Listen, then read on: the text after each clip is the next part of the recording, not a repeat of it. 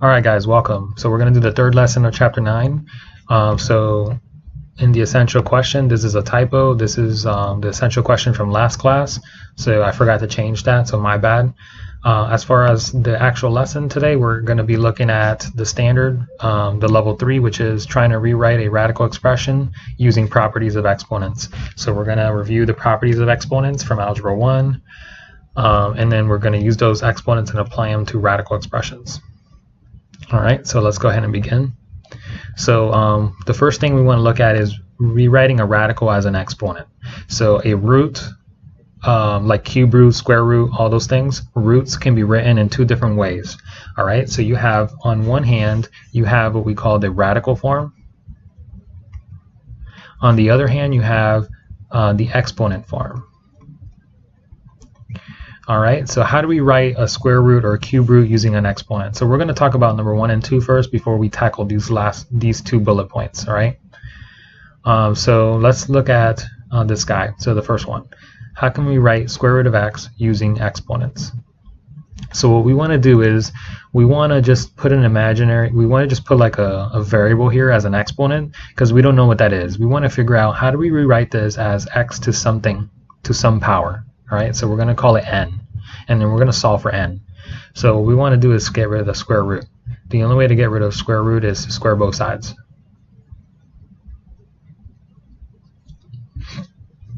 Alright, so now the square root and the square cancel. So now we got x equals, now we got n raised to the second power. When you have powers next to each other like this, you multiply those two powers together.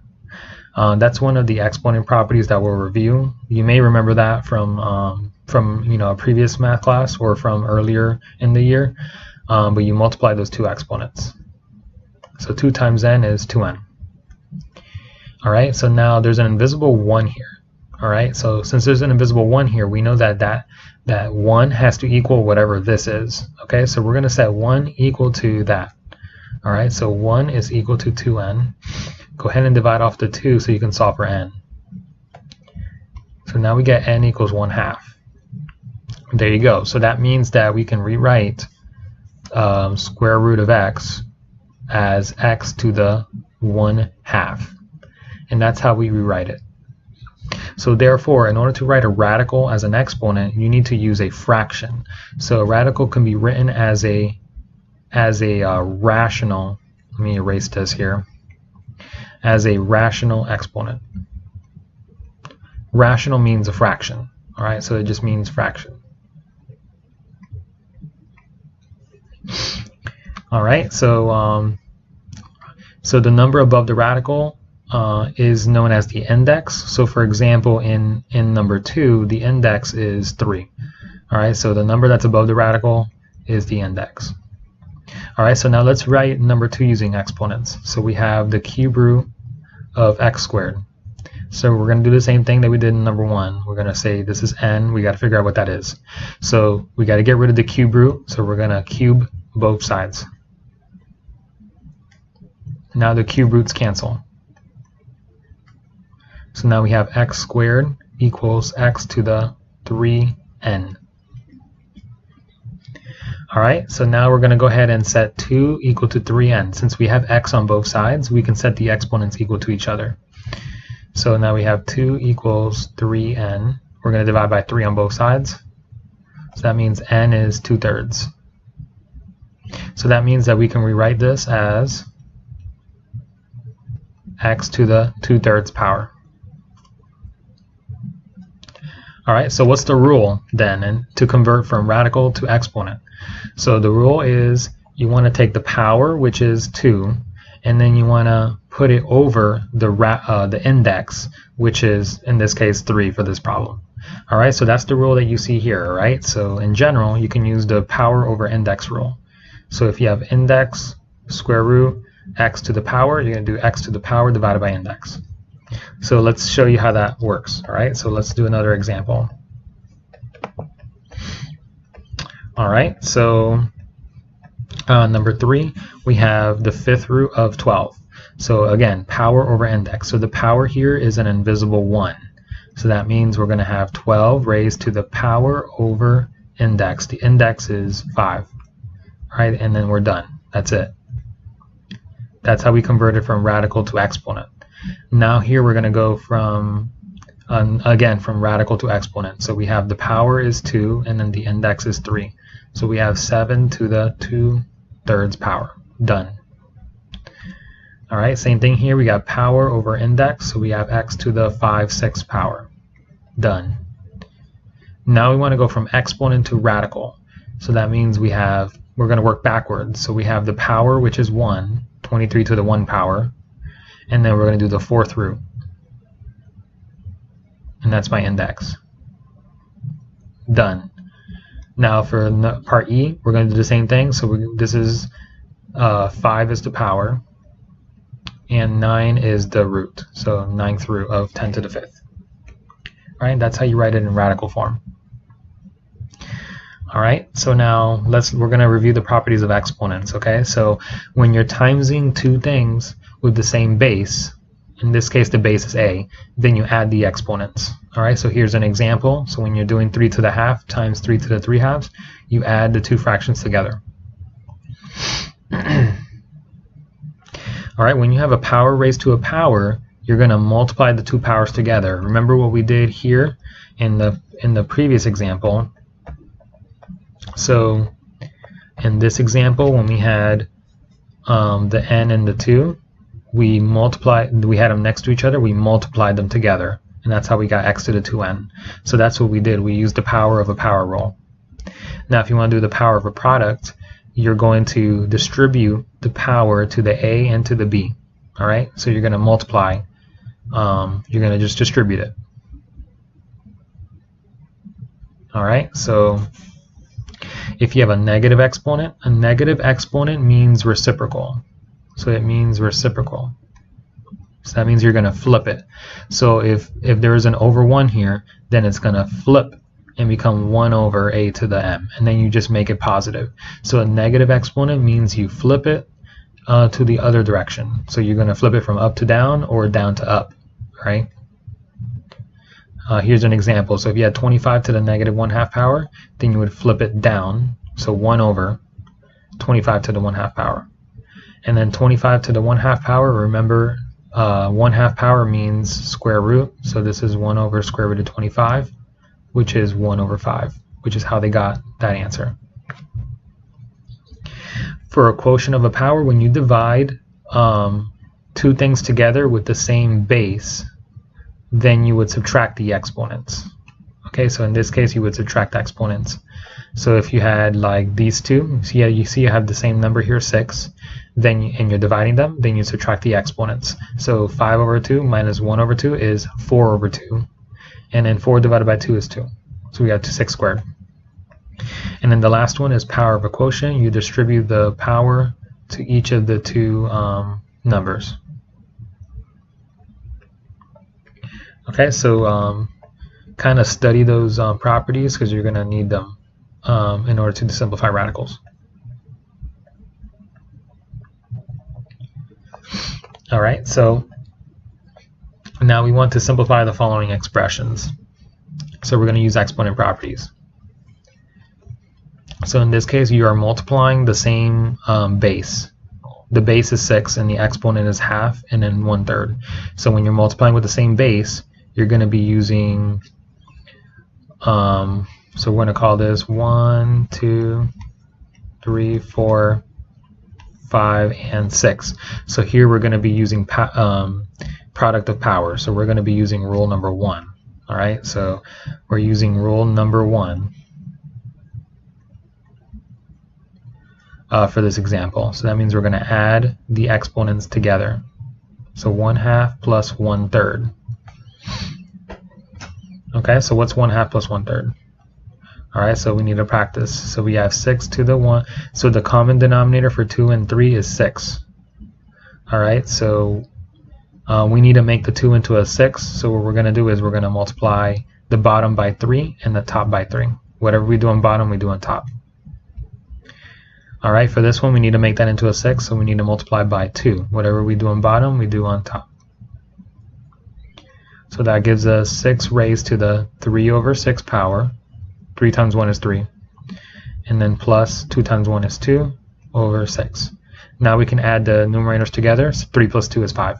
So 6 to the 5 over 6 power.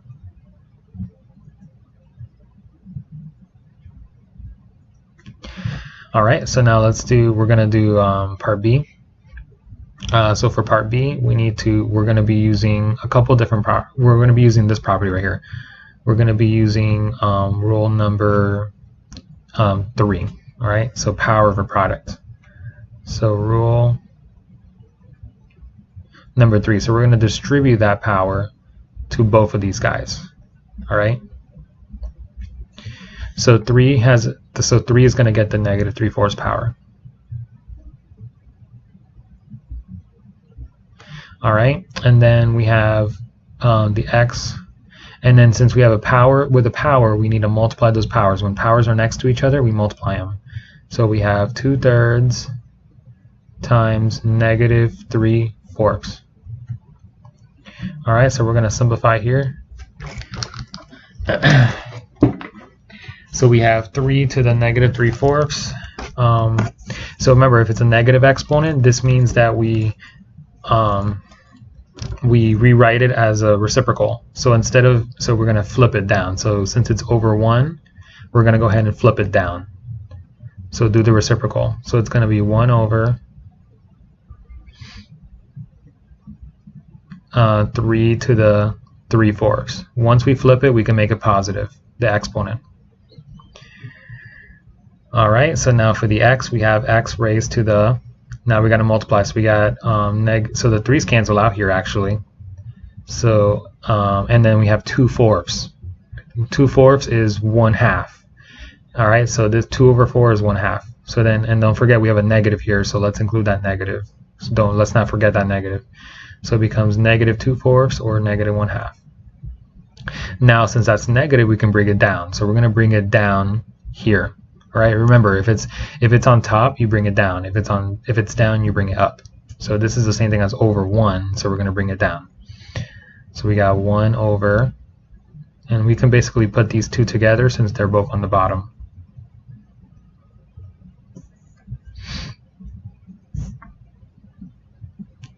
All right, and there it is in exponent form.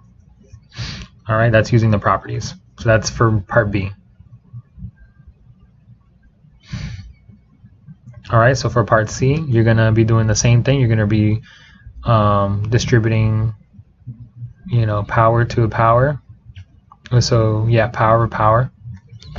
It's rule number 3, power of a product rather. So rule number 3. So we have 1/3 times 2 is 2. So we have 27 to the 1/3. Remember, if you have a power next to a power, when you're distributing, you multiply them. So 2 times 1/3 is 2/3. Or now you have x to the 5th times 2. Remember, you're going to multiply those. So 5 times 2 is 10. All right, now you have 6 raised to the 1/2. 1/2 times 2 is 2 over 2. 2 over 2 is 1. Now we have y raised to the 2 times 2. 2 times 2 is 4. All right, so now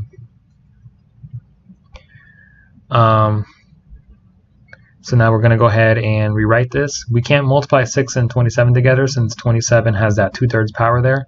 So we're just going to write those next to each other. And then we're going to write the variables next to each other. X to the 10, y to the 4th.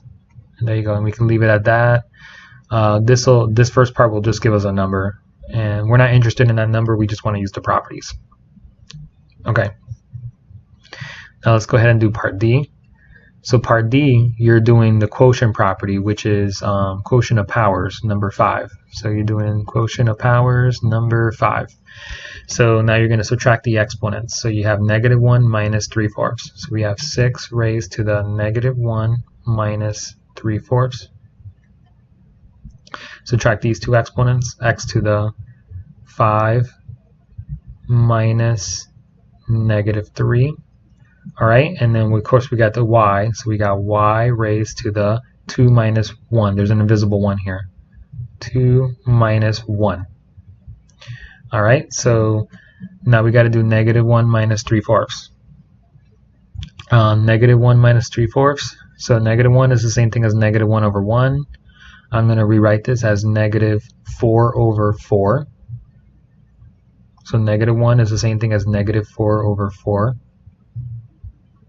And I do that because I want the same denominator.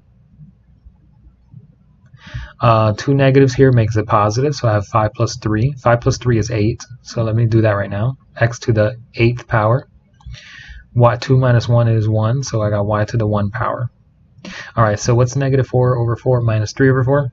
It's going to be, you're going to subtract those, you're going to do the numerators only. So negative 4 minus 3 is negative 7. 6 to the negative 7 over 4.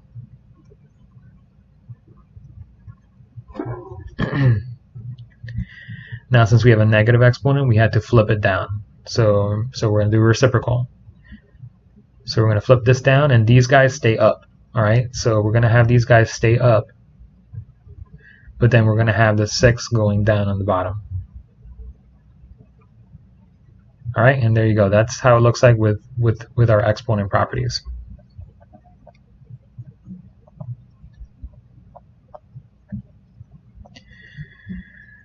All right. So now we're going to look at square root of x to the 4th. So x to the 4th is x to the 4th. And then that is, so we can remember that the square root, let me rewrite this real quick. So we have power, the power is 4, and then the index is 2. So we have x to the 4 over 2, which is x to the 2nd power. All right. This is just a review of what we did before.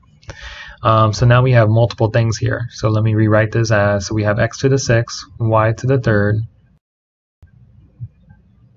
All right, so what you can do, sorry about that, let me write this a lot better.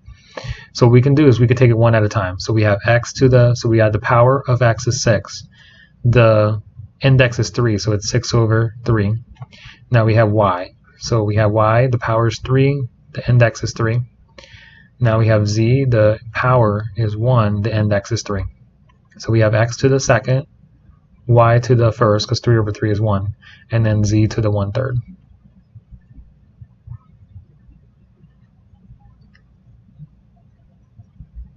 All right. So that's how you simplify some radicals. Now we're going to look at the idea of extracting roots. Okay, so there's a couple things that you need to know. So what happens if you do the square root of x squared? Well, normally squared and square root are opposites, right? So when you do this, ideally you would just get x. But that's not always the case. So we're going to show you that with an example. Maybe 2 examples. So let's look at the first example. Let's say we had square root of 2 squared. All right, well, we know that 2 squared is 4, and square root of 4 is 2. So when we do the square root of 2 squared, the squares basically cancel out, and then we have 2, right? Makes sense. Now, let's say we had square root of negative 2 squared. So in this case, when you cancel out the square root and the 2, you end up getting negative 2, which is not correct. All right, so the reason is that you have to do negative 2 times negative 2. Negative 2 times negative 2 is 4, and then square root of 4 is 2. All right, so therefore you don't get a negative. So therefore the square root of x squared is absolute value because it always makes whatever the answer is positive. So the answer is always going to be positive when you do the square root of x squared. That's what that's trying to say. All right, so the absolute value of 2 is just 2. All right, so now why does that not work with cube roots? So cube roots you can have negatives, all right, whereas square root you always have positives. So I'll show you with an example. So let's say we do the cube root of 2 to the 3rd. All right, 2 to the 3rd is 8, because 2 times 2 times 2 is 8. The cube root of 8 is 2, because 2 times 2 times 2 is 8. Now let's try doing the cube root of negative 2 to the 3rd. Well, negative 2 to the third is negative 8. Negative 2 times negative 2 times negative 2 is still going to give us negative 8. The cube root of negative 8 is negative 2. So you see the difference here? There's a difference between those. You can get negatives when you do cube root of a negative number, whereas if you have a negative for x, you're always going to get positive. And that's one important property that I want you to know. So every single time you're doing the square root of x squared, you're going to replace that with an absolute value of x, always. So if you have an even power, so if that's even, and this is even, and it's the same number, then you're going to write absolute value of x, or whatever the variable is. If it's odd, you're just going to write x. Okay, so if both of these match and they're odd, then you're just going to write x. No absolute value needed at all. Alright, so in general, if you're doing an even root of x, where these are the same, then you're going to write absolute value. If it's odd, you're just going to write x. We're going to be using this in the next few examples, so I want to make sure that you guys are aware of this property. So let's do some rewriting of radicals. There are a couple properties that you need to know. Alright, so it's important to rewrite all radicands. Remember, the radicand is whatever is on the inside of the radical. Alright, so what you need to do is rewrite all radicands in terms of exponents, alright, or powers. Alright, so here are some properties. So if you have two radicals, then you can combine them under one radical and multiply them. This only works if you're multiplying though. Alright, so you can combine them under one radical if you're multiplying or dividing. You see these two radicals, they're dividing. You can combine them under one. Only if you're multiplying or dividing.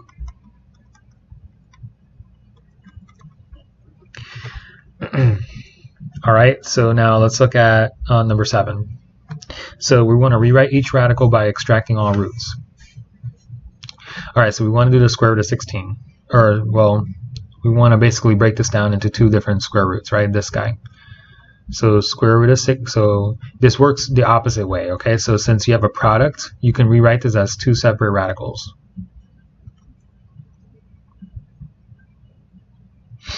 Okay, so yeah, let me write this like this. Alright, so now 16 is the same thing as 4 raised to the second power, because 4 times 4 is 16. And then x to the 6 is the same thing as x squared, and then another x squared, and then another x squared. Okay, so you can do it that way, or you can do it the other way. I'll show you the other way in a little bit. So now that we know that these are the same, they cancel, and that gives us 4. All right, because square root of 4 squared is 4. Because square root of 16 is 4. All right, so now we got square root of x squared here.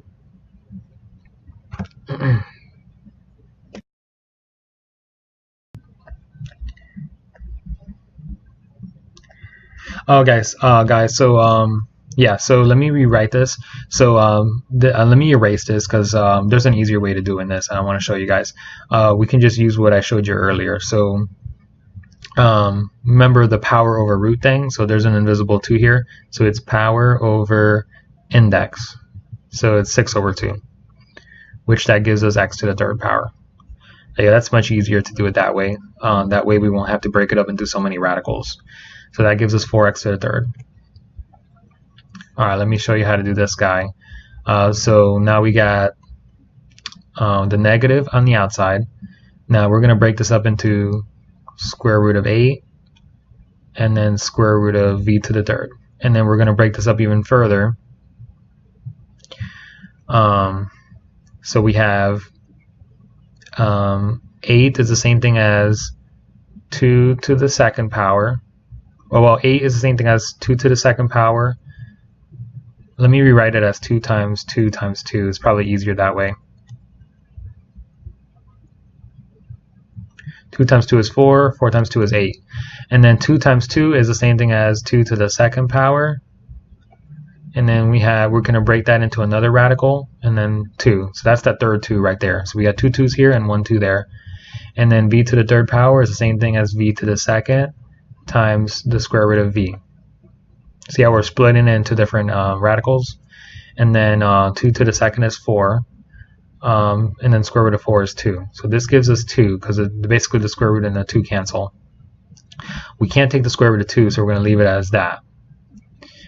We can't take the square root of v, but this guy cancels. But remember, every time we cancel out the square and the square root, we need to do the absolute value. So I'm going to write absolute value right here. And then, of course, we have the square root of v there.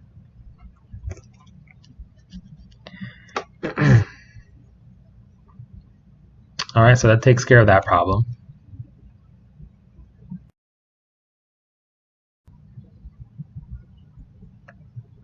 Okay, so now let's go ahead and break this up. So we have square root of 25 is 5. So we're going to rewrite this as square root of 25. We have square root of a squared. I'm going to write b to the 8th as b squared. And we have, so we have b squared basically a bunch of times, right? So b squared times b squared and b squared, or you can think of it as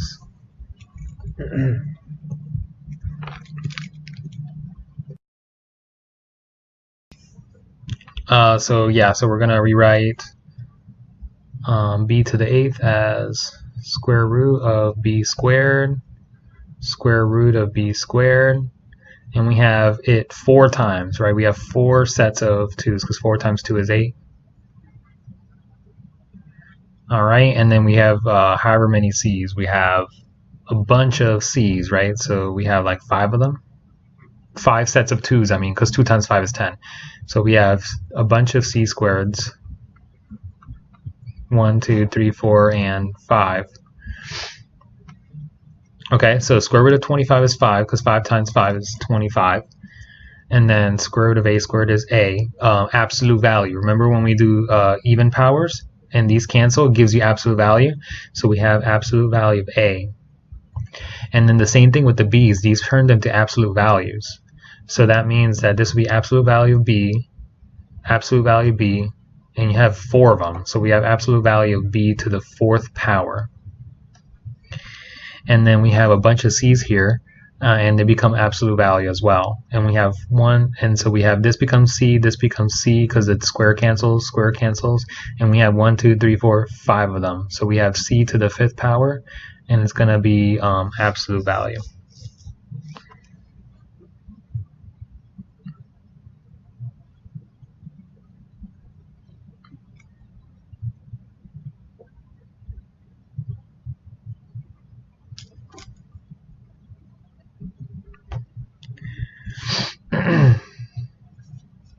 All right, so that's going to be our answer for that guy.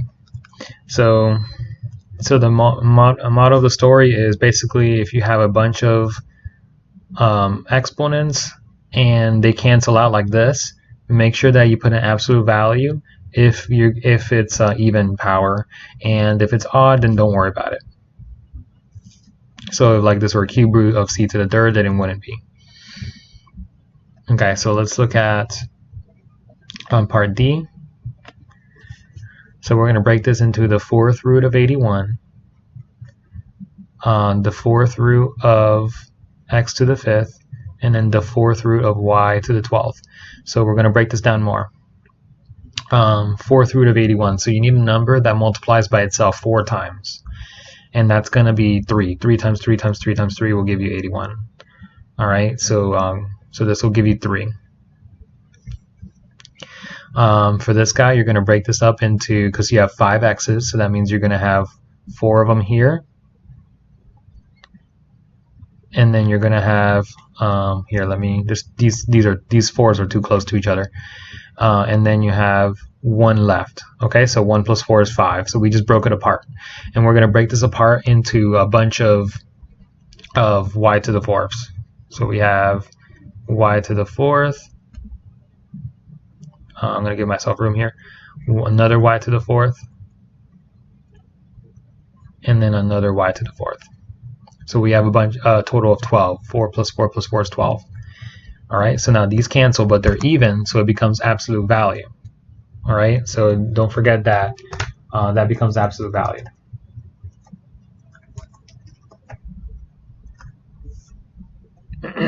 All right, so then we have 3, and then this becomes absolute value.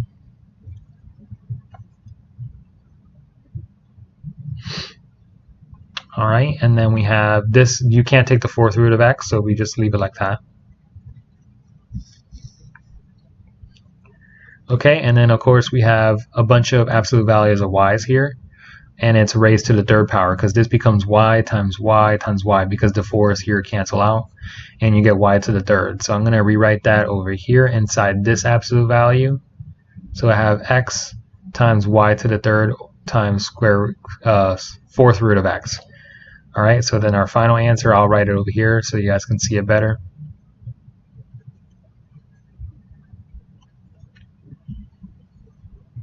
Okay, and there's our final answer. Again, we put the absolute value because this cancels out nicely to give us absolute value.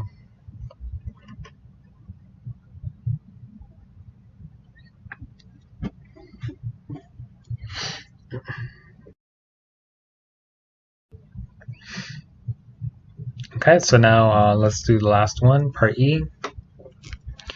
So we have square root of 49. That's square root of 49, square root of a to the fourth, square root of b to the sixth, and square root of c to the eighth. So square root of 49 is 7. We're going to break the a to the fourth into two of them because we have a to the second and a to the second. Remember, the way how do I know to break it down to the second? It's because this is an invisible index of 2. So you want to break it up so that it cancels out with whatever you're looking at. If this were a 3, like a cube root, then this would be a to the third that I have to make it. Okay. Now I have 2 of them because 2 plus 2 is 4. So now we have square root of b to the second, and we have 3 sets of 2 b's. So we have another b to the second, and then another b to the second. And then, of course, we have 4 c's there. So c to the second, another c to the second, and so on.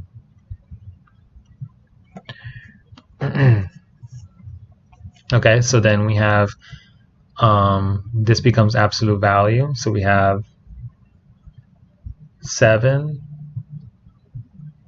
Yeah, because square root of 49 is 7. And then we have square root of a squared is absolute value of a, and then we have another a here, so it becomes a squared. Square root of b squared becomes absolute value of b. The square roots cancel, and we have 4. 1, 2, we have 3 of them, so it becomes b to the third. And then we have square root of c squared is going to be absolute value c, and then we have 1, 2, 3, 4 of them, so it's going to be c to the fourth.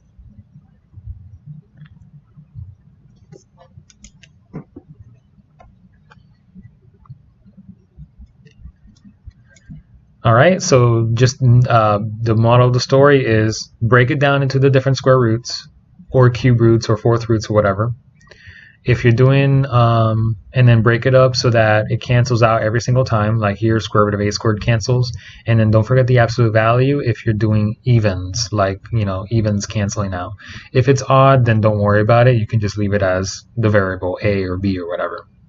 All right, and that's it, guys.